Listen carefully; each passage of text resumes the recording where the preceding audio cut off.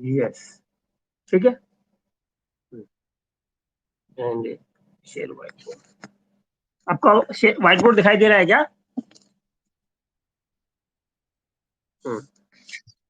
ठीक है, thank you thank you.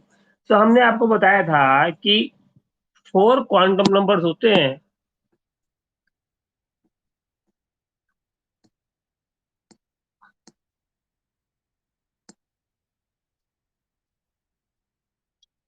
तो अब इन 4 क्वांटम नंबर्स में से 1, 2, 3 और 4 नंबर है। 1 2, 1 2 3 और 4। एक है N, एक है L, एक है M और एक है S। ठीक है जी, NLMS। ठीक है, अब NLMS में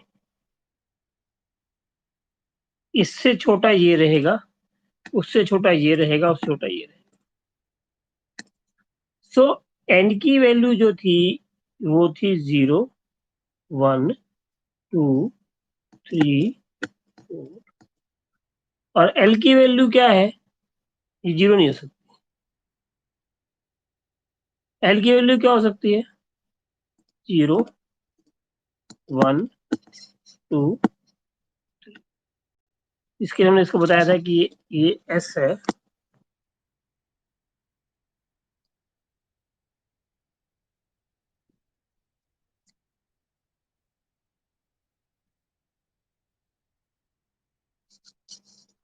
ये S, ये P, ये। आवाज आ रही है क्या आप लोगों को? जी चली गई थी क्या? पिछली क्लास में चली गई थी क्या अभी?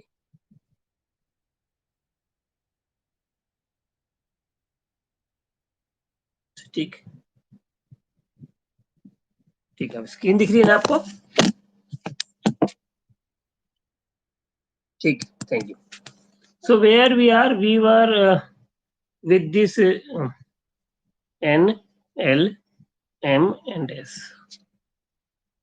and I have already told you N की वैल्यू होगी 1 2 3 4 एंड L की वैल्यू होगी 0 1 2 3। तो हम आपको बता रहे थे कि फर्स्ट शेल में होगा 1S, 2 में होगा 2S 2P, और इसमें होगा 3S 3P 3D, और ये होगा 4S 4P 4D और 4F। क्योंकि क्योंकि N की वैल्यू 4 के लिए L की वैल्यू होगी 0 1 2 और 3, यानी कि S P D F। ठीक है जी। सो अगर आपको N की वैल्यू पता है, अगर आपको N की वैल्यू पता है, ठीक है, अब दोबारा बताऊंगा, चिंता मत करें आप, है ना। अगर आपको N की वैल्यू पता है तो आपको पता होना चाहिए कि पॉसिबल वैल्यू ऑफ L क्या हो सकती है। मान लेते हैं मैं 4th शेल में हूं, तो N की वैल्यू 4 है, तो L की वैल्यू क्या होती है? 0 1 2 3। 0 मतलब 4S 4P 4D 4F।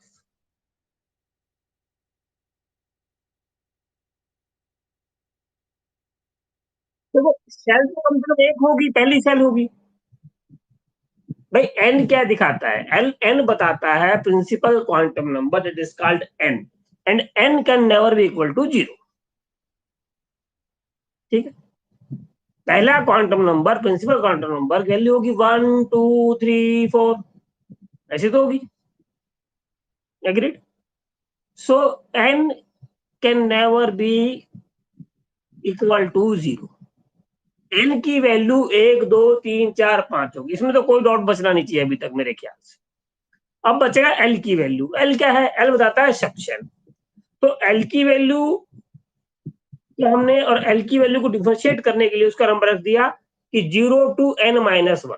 अगर N 4 है तो L 3 ही बनेगा। अगर n 3 है तो l 2 तक ही जाएगा, अगर n 2 है तो l 1 तक ही जाएगा, और अगर n 1 है तो l की वैल्यू 0 होगी।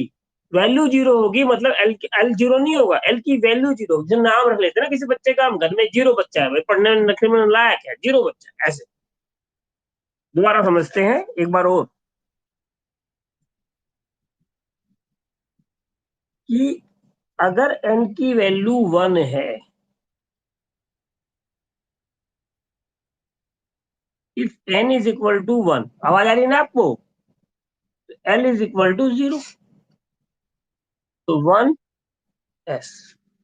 क्लियर? तो एक ही सब शेल है, इसका नाम है 1s।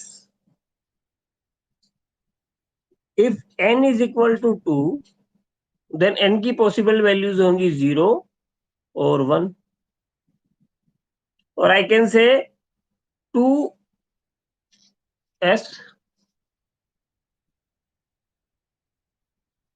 2s और 2।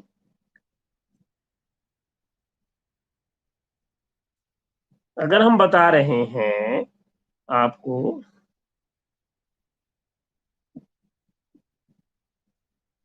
l की वैल्यू है 0 और 1, तो ये हो जाएगा 2s, इसको लिखेंगे 2p। तो सेकंड शेल में दो सब शेल हैं, 2s और 2p। तो सेकंड शेल, अभी देखते, थर्ड शेल देख लेते हैं।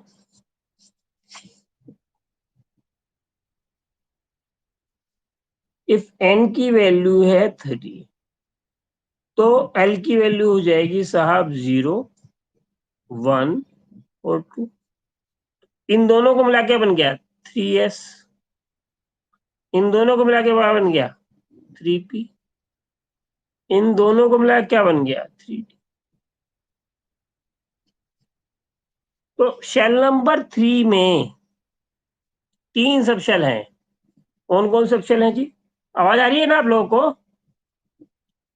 3s, 3s भी है, और 3p भी है, और 3d भी है। तो शेल नंबर 3 कंसिस्ट ऑफ 3 सब shell, 3s, 3p and 3d। अब आगे देख लेते हैं। n की वैल्यू है 4, तो l की वैल्यू क्या हो जाएंगी जी? 0, 1, 2 और 3। तो अब 4s, 4p, 4d और 4f। तो शेल नंबर 4 में 4 सब शेल हैं, s, p, d, f। Shell number 3 में 3 है, 3s, 3p, 3d। Shell number 2 में 2 हैं, 2s और 2p। और शेल नंबर 1 में तो एक ही सब शेल, इसको बोलते हैं 1s। ठीक है जी? तो शेल नंबर 1 में एक ही सब शेल है, शेल नंबर 2 में 2 सब शेल है, शेल नंबर 3 में 3 सब शेल है, शेल नंबर 4 में 4 सब शेल, लेकिन वैल्यू 3 तक ही जाएगी। So what I want to say कि L,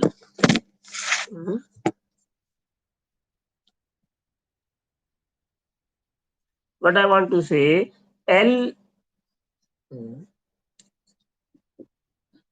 L is equal to 0 to n minus 1। L की वैल्यू कभी भी L is always less than n।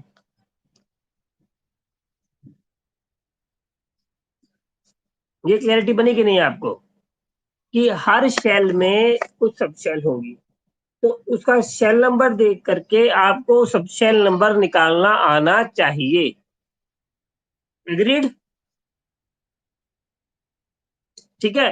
So once you know shell number, then you need to be able to find sub shell number. So अगर कोई बोलता है आपको जी मेरे पास electron है 2d में, अब 2d तो पॉसिबल ही नहीं है ना, क्योंकि डी का नंबर हो गया 3, नहीं 2 हो गया, डी का नंबर हो गया 2 और 2D, यानी कि एन भी 2 और डी भी 2, ये तो पॉसिबल ही नहीं है। तो आपको पॉसिबिलिटी पता होनी चाहिए नंबर ऑफ सबशेल की, means you need to able to find कौन सी सबशेल कौन से शेल में मिलती, सिर्फ एफ है तो एफ तो 4 में मिलेगी, 1 में, 2 में, 3 में तो मिलेगी नहीं। हिमांशु, समझ में आ गई ना बात? तो हमें पता लगाना है कि शेल नंबर क्या है, सबशेल नंबर क्या है। ठीक है, ये सीधा है ना, तो हमको पता लगाना आना चाहिए। ठीक है, आगे चले।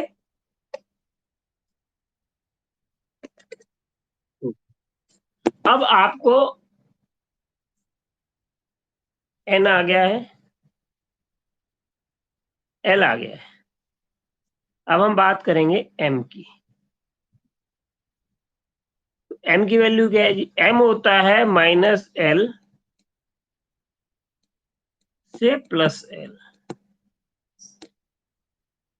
Through 0।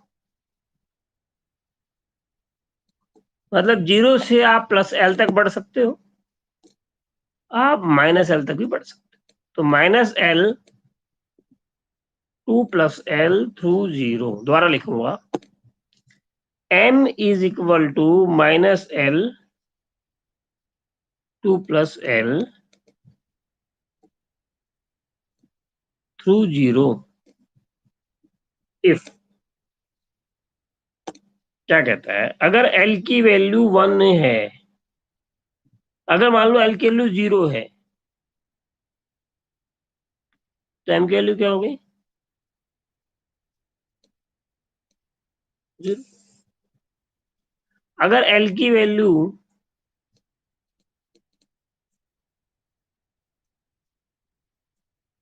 if L is equal to 1, so M की वैल्यू क्या हो जाएगी? -1 से +1 और 0। तो अगर L की वैल्यू 1 है तो M की वैल्यू जाएगी -L 0 प्लस, दोबारा समझाता हूं, इफ N की वैल्यू 0, तो L की वैल्यू, ये तो गलत हो गया ना question, L can never, N can never B 0, है कि नहीं बच्चों? N तो कभी 0 हो नहीं सकता ना। अनुज, समझ में आई ना बात? ये काजल, 0 होगी, मतलब 0 नाम होगा उसका। मतलब हम कहते हैं बच्चा 0, तो बच्चा है, बच्चे की गिनती 0 नहीं होगी, बच्चे का नाम 0 है। एग्रीड? पहले तो आपको समझ में आया कि n कभी 0 नहीं हो सकता, principal quantum number can never be equal to 0, तो शेल नंबर 0 नहीं होगा ना। ठीक है, फिर आपको आया सब शेल। अब सब शेल क्या बताऊंगा? ऑर्बिटल, और ऑर्बिटल क्या बताऊंगा? स्पिन। तो 4 चीजें हैं, शेल, सब शेल, ऑर्बिटल और स्पिन। तो shell, subshell, orbital, spin, 4 चीजें हैं। ठीक है, दोबारा बताऊंगा, है ना, दोबारा बताऊंगा, चिंता वाली कोई बात नहीं। सो एल की वैल्यू अगर 1 है, सो एम की वैल्यू क्या हो जाएगी? -1 0 +1। If L is equal to 0, then M is equal to 0. If L is equal to 2, then M is equal to -2, -1, 0, +1, +2।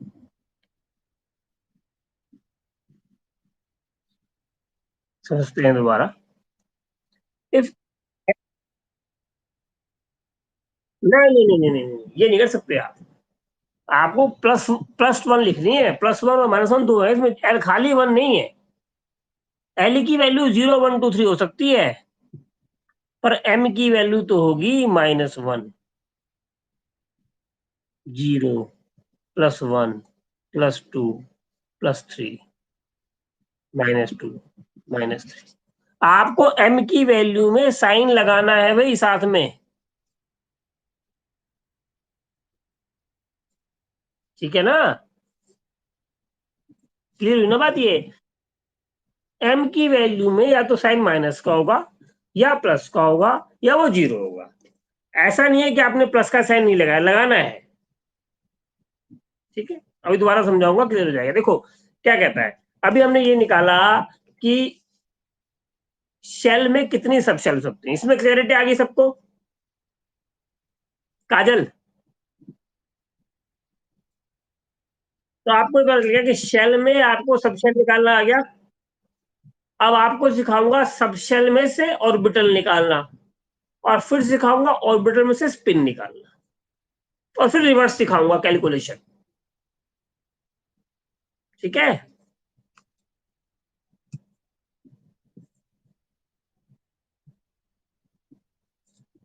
देखो जी, if L is equal to 0, I can say M is equal to 0. If L is equal to 1,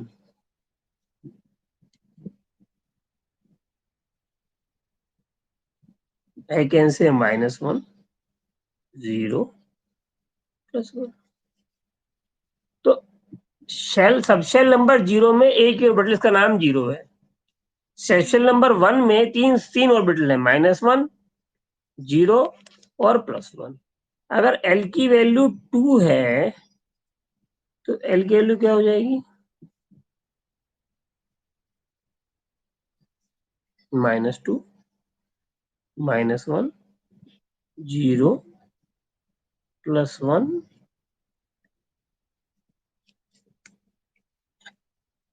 ये हो गया -2, ये हो गया -1, ये हो गया 0, ये हो गया +1, ये हो गया +2।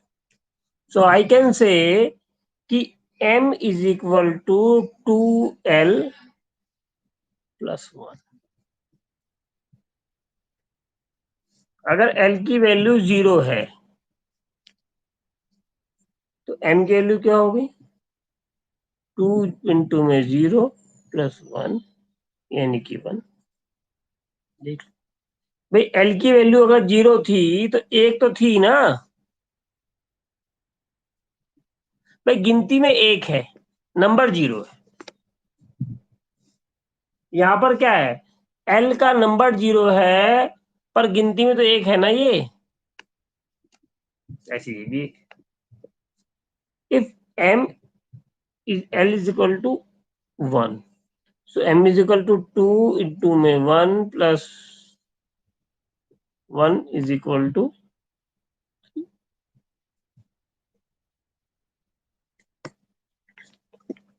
और आई कैन से दिस। अगर हम सेकंड सेल की बात करते हैं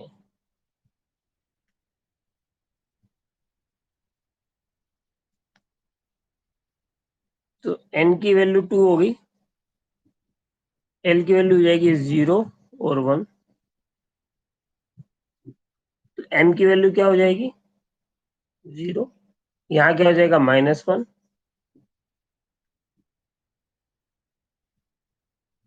0।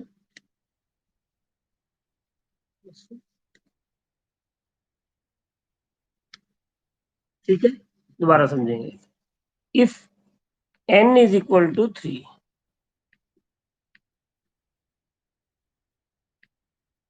so n is equal to 0, 1, so m is equal to 0, -1, 0, +1, -2, -1, 0, +1, अगर आपके थर्ड शेल में हो तो थर्ड शेल में 3 सब शेल हुई, क्लियर हुई की बात नहीं यशिका? कि अब ये क्लियर है कि इस शेल में 3 सब शेल हैं। अब ये क्लियर हो गया कि पहली सब शेल में एक ही ऑर्बिटल है, दूसरी में 3 है, और तीसरी सब शेल में यानी कि इस 2 में 5 है। तो टोटल सब शेल कितनी हो गई भाई? यहाँ 1, यहाँ 3, यहाँ 5। तो कहना ही चाहिए कि सेल नंबर 3 में एल की वैल्यू हो गई 3, और एम के लिए कितनी? 1 और 3 4, 4 और 5 9, और एम के लिए कितनी हो गई?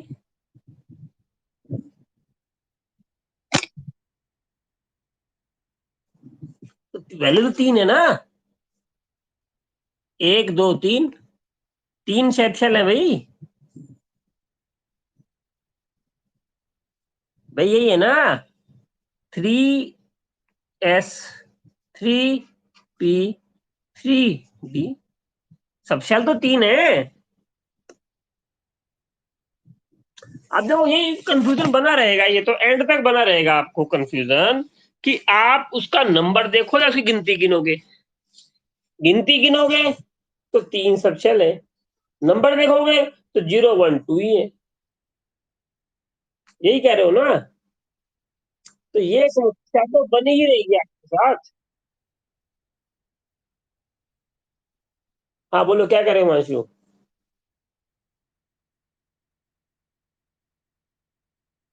हाँ तो 3 ही है ना, 0 1 2 में तो 3 ही बच्चे हैं, 0 1 2।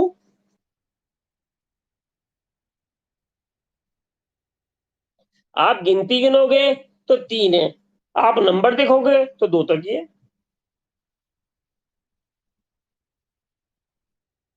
ठीक है, मैं समझ रहा हूँ इसमें कंफ्यूजन बना रहेगा, कंफ्यूजन बना हुआ है, मैं मना भी नहीं कर रहा हूँ। ठीक है,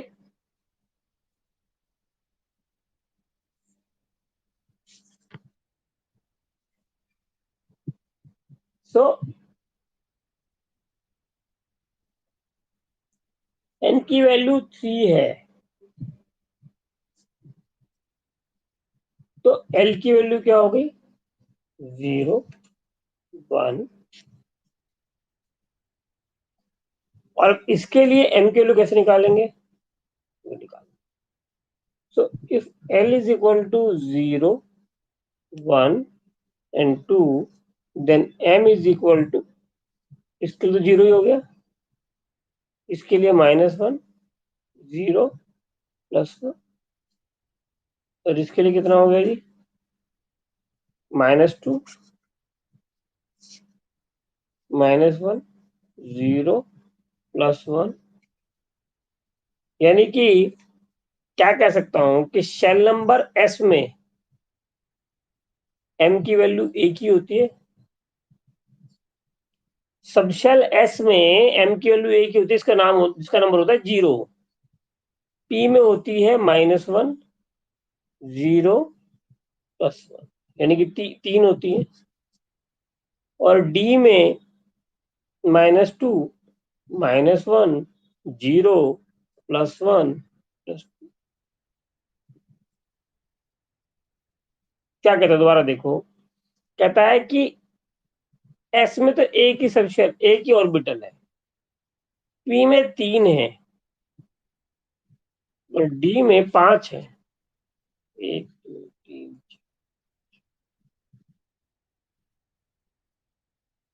क्या ये समझ रहे हैं हम कि डी सब शेल का नंबर कितना है? 2 है, तो -2 +1 0 +1 +2। दोबारा समझेंगे हम कि शेल नंबर, सब शेल नंबर 2 में, सब शेल नंबर 2 है यानी कि डी है, डी में 5 ऑर्बिटल हैं। अनुज, अनुज समझ में नहीं आएगा? जशिका, देखो, एस सब शेल में एक ऑर्बिटल है, पी में 3 है और डी में 5।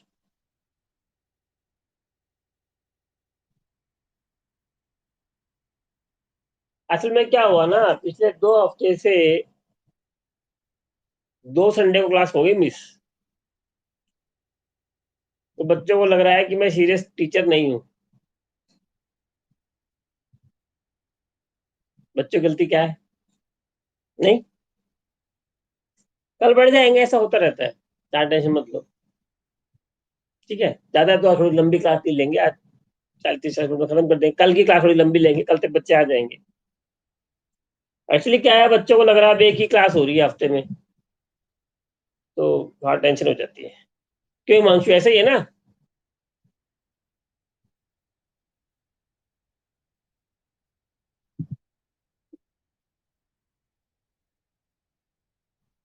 या देखो, ऑनलाइन क्लासेस है, इसी का ऐसा ही होगा इसमें।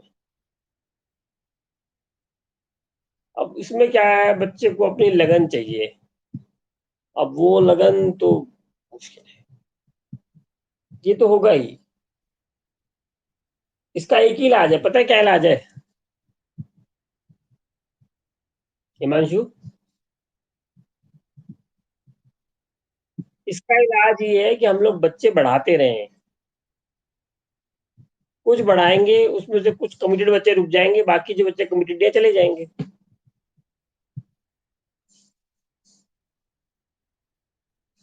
भाई अगर आप लोग बच्चे बढ़ाते रहेंगे तो कुछ बच्चे टिक जाएंगे। क्यों एसी का? भाई आपकी क्लास में कुछ बच्चे तो होंगे ही, कुछ को बढ़ाते रहो बस। तो ये सब तो होगा ही। इतना अगर आसान होता तो फिर तो हर कोई कर ही लेता। क्यों हिमांशु? It's tough. तो 40 बच्चों की क्लास में 4 बच्चे बच गए तो कोई बड़ी बात नहीं है, क्योंकि 10 लाख बच्चों में 10,000 सीटें आएंगी। तो क्या रेशियो निकला हिमांशु, निकालना एक बार।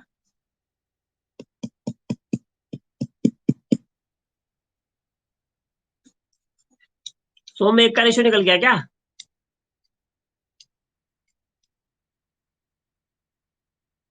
और उसमें भी समझ लो कि अगर आपको 10,000 में आना है तो आपको तो 9,90,000 बच्चों को पार करके आना है।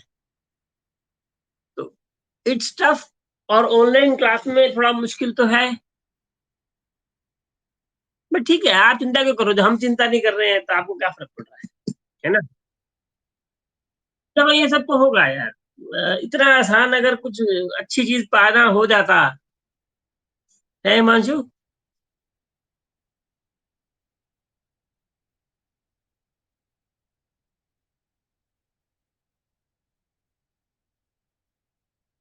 नहीं, अभी देखो तुम्हारे पास तो 12th की, मेरे पास से 3 या 4 चैप्टर तो ऑलरेडी रिकॉर्डेड है। तो ऑलरेडी 3-4 चैप्टर तो रिकॉर्डेड सेशन है। तो अगर तुम्हें जल्दी रहेगी है ना, तो एग्जाम के उसको देख लेना, 4 क्लास तो रिकॉर्डेड ही देख लोगे तुम, तो कोई डाउट आएगा ही नहीं। अगर स्पीड ज्यादा रहनी है, बाकी तो तुम्हें 11th क्लास भी करनी ही पड़ेगी, क्योंकि तुम्हें थोड़ा बेसिक्स तुम्हारे वीक है ना। तो वहां भी मैंने बेसिक कराया है, 12th में कुछ बेसिक कराया है मैंने। तो इसमें थोड़ी गलती मेरी है, क्योंकि लगातार 2 हफ्ते से। अच्छा, मैथ की क्लास में कितने बच्चे आ रहे हैं इसी का? मैथ की क्लास में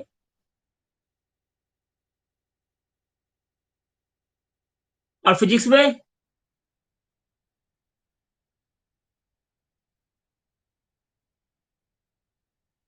तो ये तो रहेगा, उसका कोई इलाज नहीं है। इसका तो एक ही इलाज है कि हम लोग बच्चे बढ़ाएं, क्योंकि बच्चों को रिटेन करना तो मुश्किल है। क्या है हिमांशु, तुम्हारा क्या इसमें राय है? अनुज,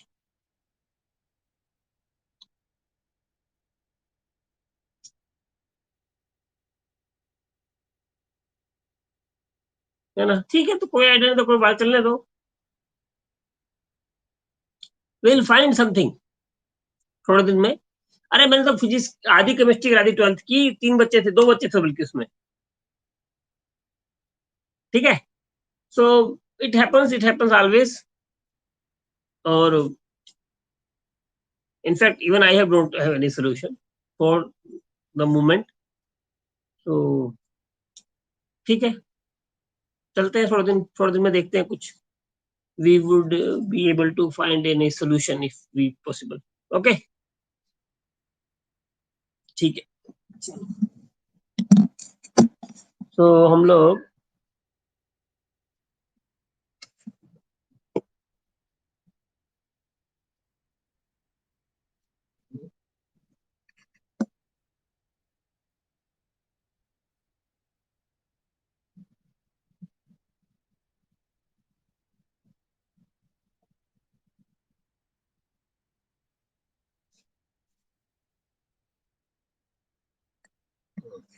ठीक है, स्क्रीन दिख रही है ना आप लोगों को?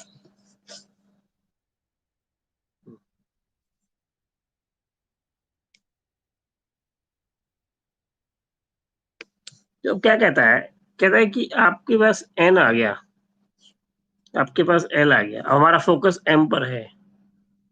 अगर मुझसे पूछता है कि थर्ड शेल में कितनी ऑर्बिटल होंगी, क्वेश्चन है हाउ मेनी ऑर्बिटल्स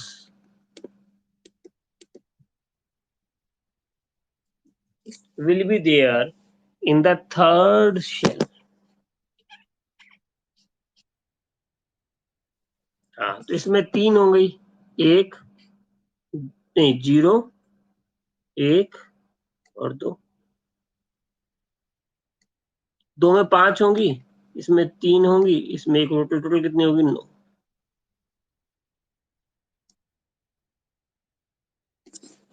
आगे देख लेते हैं, अगर फोर्थ शेल है तो एल की वैल्यू कितनी हो गई? 0, 1, 2 और 3।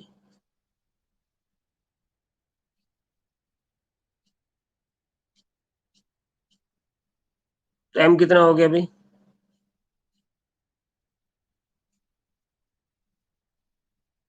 ये हो गया 0,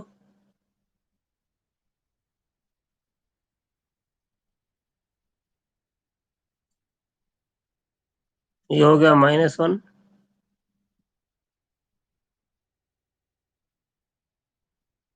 -1, 0, +1। तो ये हो गई 1, ये हो गई 3, ये हो गई 5, ये हो गई 7। 7 ही होंगी ना? -2, -1, 0 +1, टोटल होगी 16। ठीक है जी, अगला देख लेते हैं। मान लो एल की वैल्यू 3 है, तो एम की वैल्यू क्या हो जाएगी?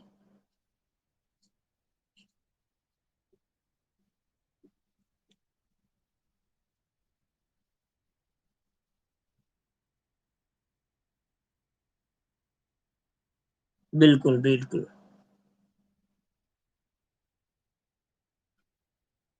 तो ये जो है, हर एक में ये 2 इलेक्ट्रॉन आएंगे,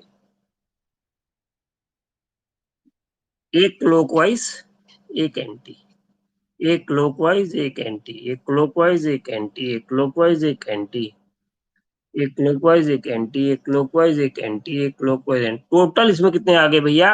ये 7 है ना, तो 14 इलेक्ट्रॉन आ गए। ये स्पिन है। एन की वैल्यू में एल आएगा, और एल में एम आएगा, और एम में एस आएगा। एस की वैल्यू क्या होती है? +12 और -12।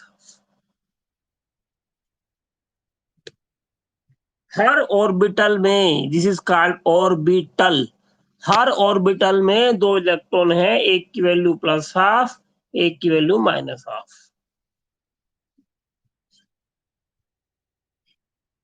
+12 और -12। ये दोबारा बताऊंगा क्या कहता है, दोबारा समझेंगे। कहता है हर शेल में कुछ सब शेल है, सब शेल में कुछ ऑर्बिटल है, ऑर्बिटल में कुछ स्पिन है, ठीक है ना जी। अब आपको बताना चाहिए कि शेल में कितनी सब शेल आएंगी और किसी सब शेल में कितनी ऑर्बिटल आएंगी और एक ऑर्बिटल में कितनी स्पिन आएंगी। टारगेट क्लियर हो गया हमारा क्या?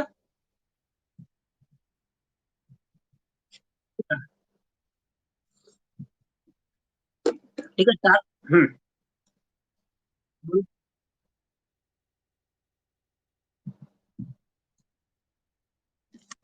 देखो, इलेक्ट्रॉन मूवमेंट क्यों करते हैं? अगर अर्थ है, जैसे हमारी अर्थ है, अर्थ सूर्य की तरफ घूम रही है, अगर वो नहीं घूमे तो क्या होगा? तो सूरज उसको अपनी तरफ खींच लेगा। जब दो चीजें हैं और वो दूर दूर है और दूर दूर ही बनी हुई है, तो उनमें बैलेंस है। वो बैलेंस दो फोर्स का बना है, एक सेंट्रीपिटल फोर्स, एक सेंट्रीफ्यूगल फोर्स। सेंट्रीपिटल फोर्स वो है जो सूरज हम पे लगाता है, धरती को अपनी तरफ खींचता है, वो तो है सेंट्रीपिटल फोर्स। गुरुत्वाकर्षण के नियम से आती है, पता है ना आपको। पर सेंट्रीफ्यूगल फोर्स घूमने से आती है। देखो, जब भी दो चीज टिकी हुई हैं, ये पेन यहां टिका हुआ है क्योंकि इसको नीचे से धरती खींच रही है, ऊपर से मैं खींच रहा हूं, तभी टिका हुआ ना यहाँ पे।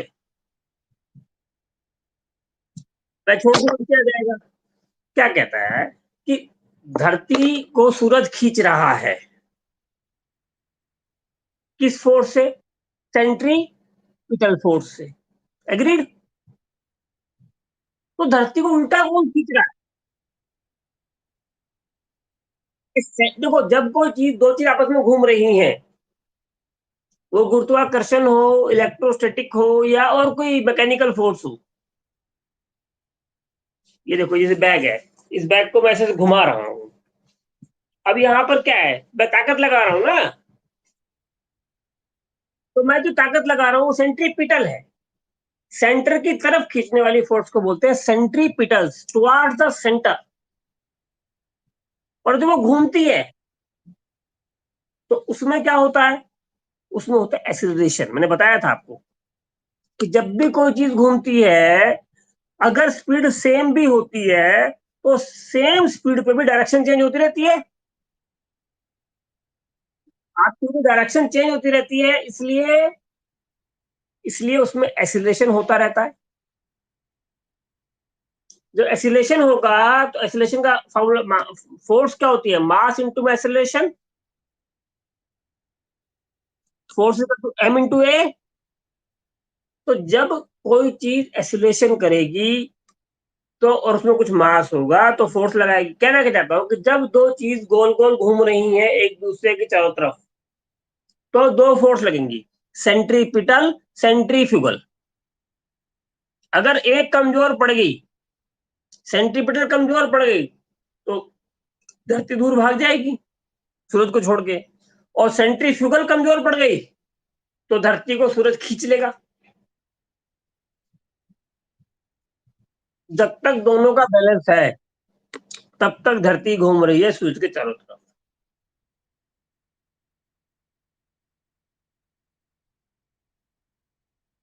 यस।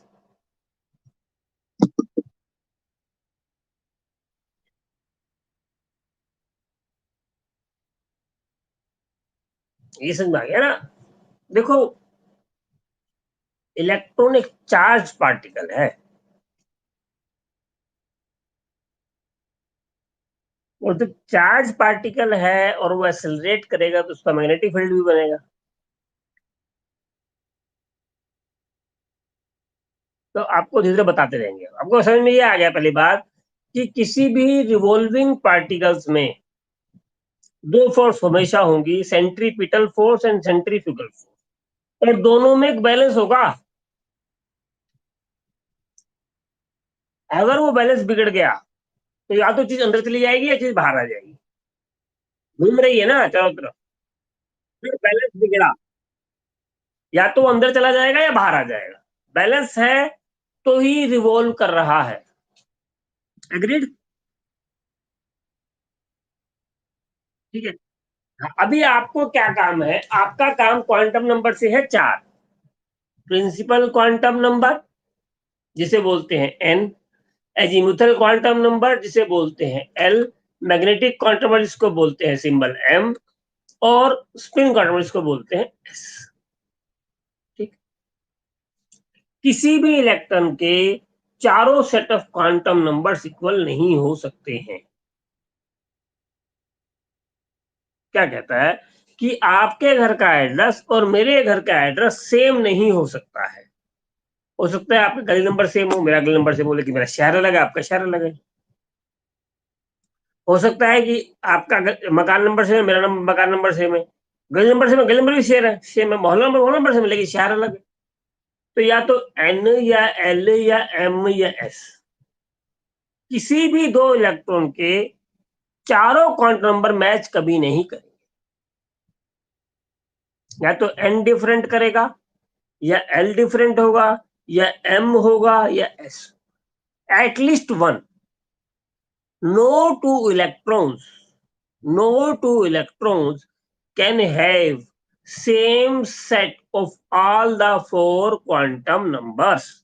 क्वांटम नंबर का सेट जो है वो एक तरह का एड्रेस है इलेक्ट्रॉन का, और किसी भी दो इलेक्ट्रॉन का एड्रेस सेम नहीं हो सकता है।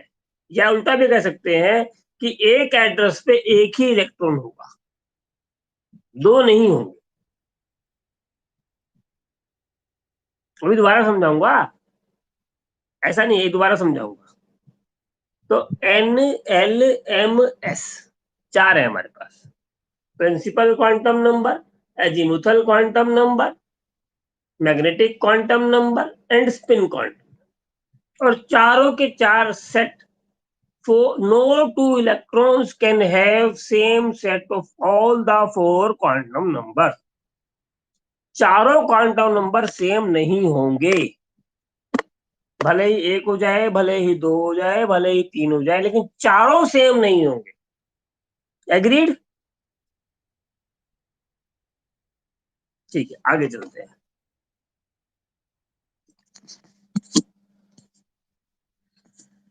कहता है एन एल एम। मान लो हमने बात करी वन, शेल नंबर वन में एल कितना होगा? एल तो जीरो ही होगा। एल का नाम जीरो है, एल जीरो नहीं है। एम कितना है? एम भी जीरो है, बट एम का नाम जीरो है, एम जीरो नहीं है। एस कितना हो गया?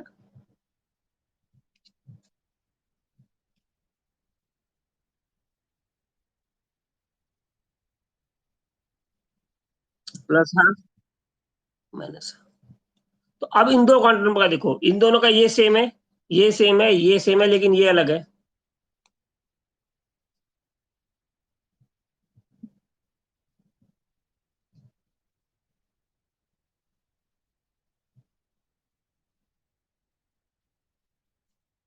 तो चारों सेम नहीं हुए ना? ठीक है, अभी दोबारा देखते हैं। मान लो एन की वैल्यू 2 है, तो एल की वैल्यू क्या होगी भाई? 0 1। तो एम की वैल्यू क्या होगी? 0। इसकी क्या होगी? +1 0 -1। तो अब इसमें दो इलेक्ट्रॉन है, प्लस हाफ माइनस हाफ। इसमें कितना है? Plus half minus half. इसमें कितना है? Plus half minus half. सही रहेगा, बिल्कुल बिल्कुल। एक स्पिन क्वांटम नंबर की सिर्फ दो वैल्यू आएंगी, प्लस हाफ और माइनस।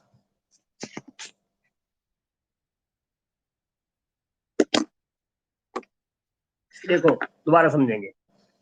एक शेल में कितने इलेक्ट्रॉन हो सकते हैं उसके ऊपर बनाया, सब शेल लगाओगे, सब शेल के लिए फिर आप ऑर्बिटल निकालोगे, और हर ऑर्बिटल में 2 इलेक्ट्रॉन होंगे, plus half minus half, plus half minus half. जैसे मान लो हम बात करते हैं 3p की, तो थर्ड शेल के सब शेल नाम p, p की वैल्यू कितनी होती है 1, l की वैल्यू कितनी होती है 0 1 2 3। देखो दोबारा समझेंगे, l की वैल्यू क्या होती है 0 1 2, तो इसकी वैल्यू क्या है s, इसकी वैल्यू क्या है p, इसकी वैल्यू क्या है d। मैंने आपको बोला 3p, 3p, तो p की वैल्यू कितनी होगी 1 हो गई ना, ठीक है जी।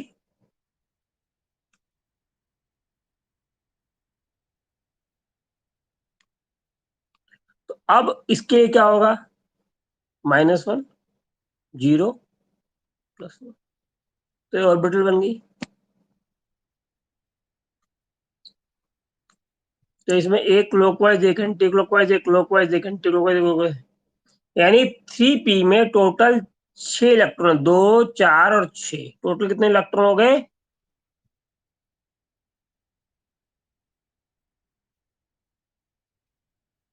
6। आपसे क्वेश्चन पूछता है कि 3p में कितने इलेक्ट्रॉन हैं।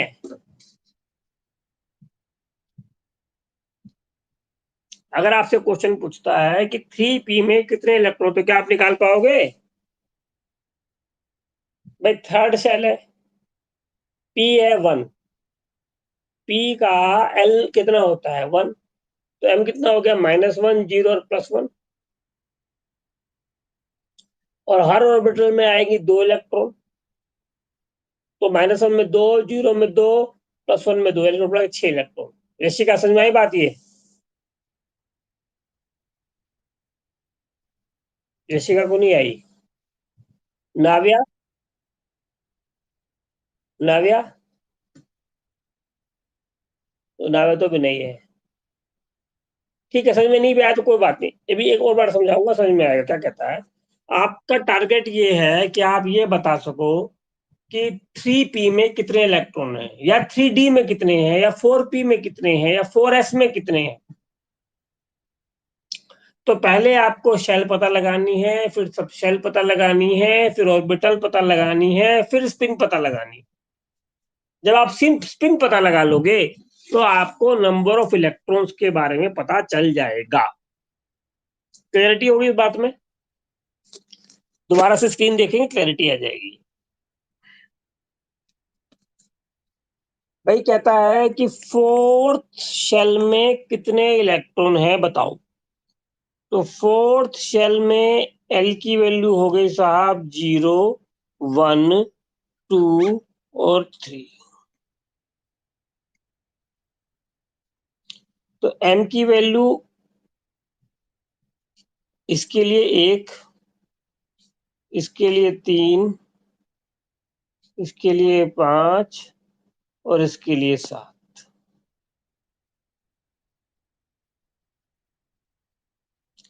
और एस की वैल्यू,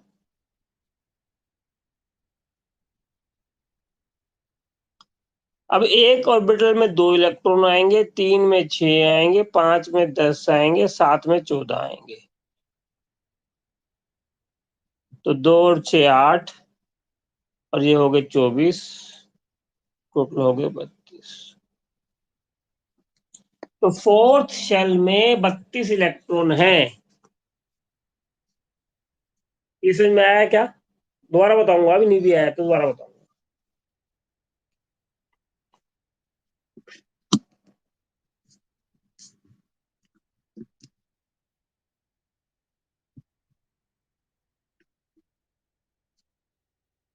कहता है कि जी फोर्थ शेल में एल की वैल्यू क्या होगी 0 1 2 और 3, एम की वैल्यू क्या होगी,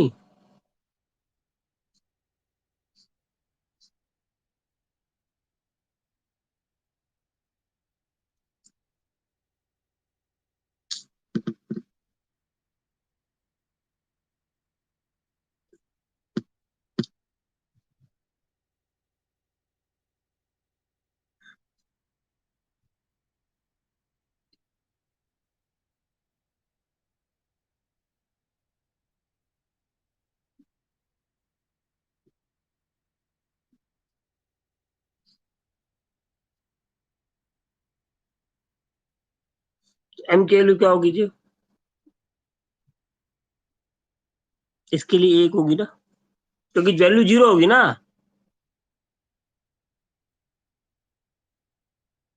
इसके लिए इसकी -1, 0, +1, तो कितनी हो गई? 3 हो गई। गिनती कितनी होगी? 3 होगी ना भाई। इसकी कितनी है? -2, -1, 0, +1, 5 होगी टोटल। इसकी -3, -2, -1, 0, टोटल 7 होगी भाई। 7 हो गई ना, और हर ऑर्बिटल में 2 इलेक्ट्रॉन है, तो इसमें 2 हो गए, इसमें 6 हो गए, इसमें कितने हो गए? 10, इसमें कितने हो गए? 14। यशिका, समझ में आई बात? क्या ये भाई स्पिन है ना ये तो। हर एक ऑर्बिटल में 2 इलेक्ट्रॉन है ना, तो 3 में 6 हो गए, 5 में 10 हो गए, 7 में 14 हो गए, तो टोटल कर लो।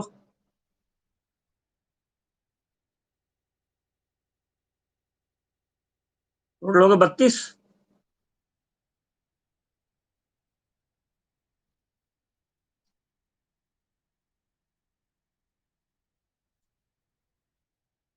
नहीं, हाँ तो इलेक्ट्रॉन तो स्पिन ही है ना।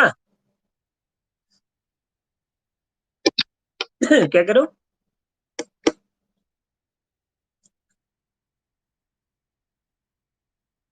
नहीं समझ में आई बात, देखो भैया, फोर्थ शेल की बात कर रहा हूं मैं। तो एल हो गया 0, वो बात नहीं आएगा। तो भैया 0, 1, 2, 3 आ गया, तो ऑर्बिटल कितनी आ गई? अब अगर ऑर्बिटल का नाम नंबर 0 है, तो ऑर्बिटल तो है, गिनती में एक तो आएगी वो। तो अब एक ऑर्बिटल में 2 इलेक्ट्रॉन है, +½ और -½ +½ और -½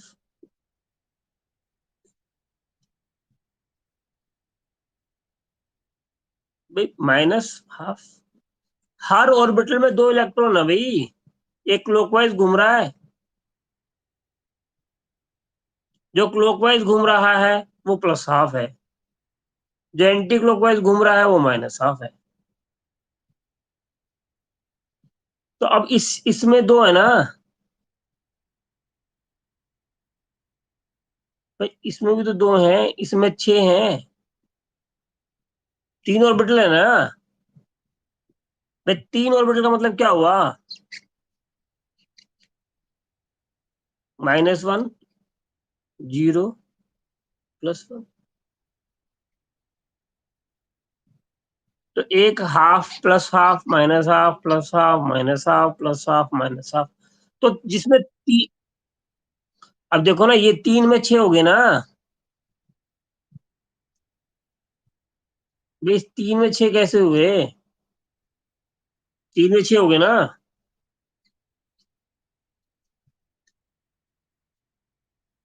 ऐसे इस 5 में देख लो, ये 5 आएगा, 1, 2, 3, 4, 5, 10 इलेक्ट्रॉन आएंगे इसमें, +½ +½ +½ +½ +½ ऐसे भरेंगे। समझ रहे हो? ये ऐसे नहीं भरेंगे, ऐसे नहीं भरेंगे ये, अभी बताऊंगा। आएंगे 10 ही,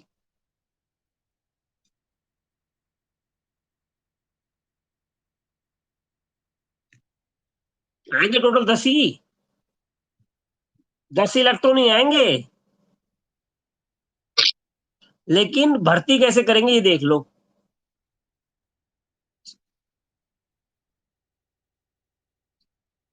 पहले सारे क्लॉकवाइज जाएंगे, फिर सारे एंटी क्लॉकवाइज जाएंगे। ये ऐसा है जैसे आप अपने घर में 10 5 आदमी खाना खाने बैठ गए, 5 रोटी आई, तो हर आदमी को एक एक रोटी मिलेगी पहले?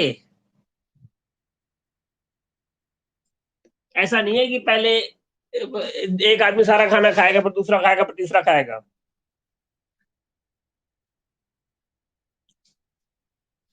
भाई ये जो ऑर्बिटल्स हैं ये डीजेनरेट ऑर्बिटल्स हैं। डीजेनरेट का मतलब होता है सेम लेवल पे। इनका देखो ऊपर नीचे नहीं दिखा रहा, मैं इनको बराबर दिखा रहा हूँ एक लेवल पर। ये डीजेनरेट ऑर्बिटल्स हैं। और डीजेनरेट ऑर्बिटल में क्या होगा, पहले सारी हाफ फिल्ड होंगी, फिर सारी फुल्ली फिल्ड होंगी। अगर 5 इलेक्ट्रॉन है तो पहले 1 2 ऐसे एक एक सब में जाएगा, फिर दूसरा सब में जाएगा। थोड़ा समझ में आ गया? थोड़ा और आएगा अगली बार में। ठीक है ना? जैसिका। हाँ बोलो बोलो, तुम बताओ कौन बोलो।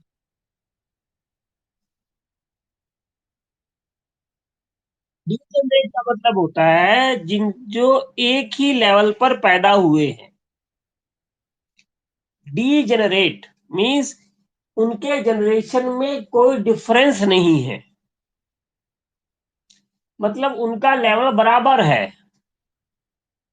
मतलब ये, जैसे घर में 5 आदमी हो, खाना खाने बैठ गए, मम्मी ने 5 रोटी बनाई, तो ये थोड़ी कि एक को 5 दे देगी बाकी सब खाली बैठ रहेंगे, नहीं नहीं नहीं, क्योंकि सब बराबर है माँ की नजरों में, सारे बच्चे बराबर है, सारे घर बराबर है, तो सबको एक एक रोटी मिलेगी, ऐसे ही होगा ना? क्योंकि वो सब समान प्रेम दिखा रहे हैं। अगर मैं और मेरे पिताजी बैठे, एक रोटी आई तो मैं और मेरे पिताजी आधे से खाएंगे ना शुरू में, तो बाकी बंद क्या आती रहेगी। ऐसे ही करते हैं ना? तो डीजेनरेट ऑर्बिटल्स जो होते हैं इनका एन सेम है और एल सेम है। What are degenerate orbitals? जिनका एन और एल सेम है।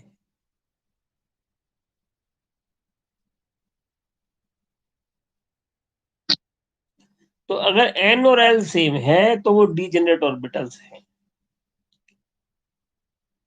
और डीजेनरेट ऑर्बिटल्स में भेदभाव नहीं होगा, पहले सारे सिंगल फील्ड होंगे, फिर सब फुल्ली फील्ड होंगे। कोई दिक्कत नहीं है, परसों मिलते हैं 2 बजे और फिर इसको आगे बढ़ाते हैं। ठीक है?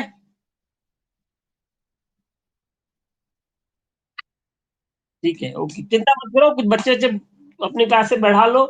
देखो, मुश्किल काम है तो 10% बच्चे ही बचेंगे। हम सब 100 बच्चे ले आएंगे, 10 बच्चे बच जाएंगे।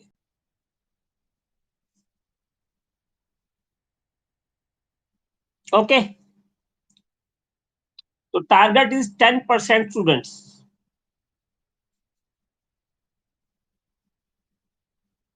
ओके। ऑनलाइन क्लास है, टफ है, और पढ़ना भी आसान नहीं है भाई। ठीक है, तो आप लोग चिंता मत करें, और जो रिकॉर्डिंग है उसको देखते थे, और बाकी देखते हैं। ठीक है, संडे को मिलते हैं 2 बजे।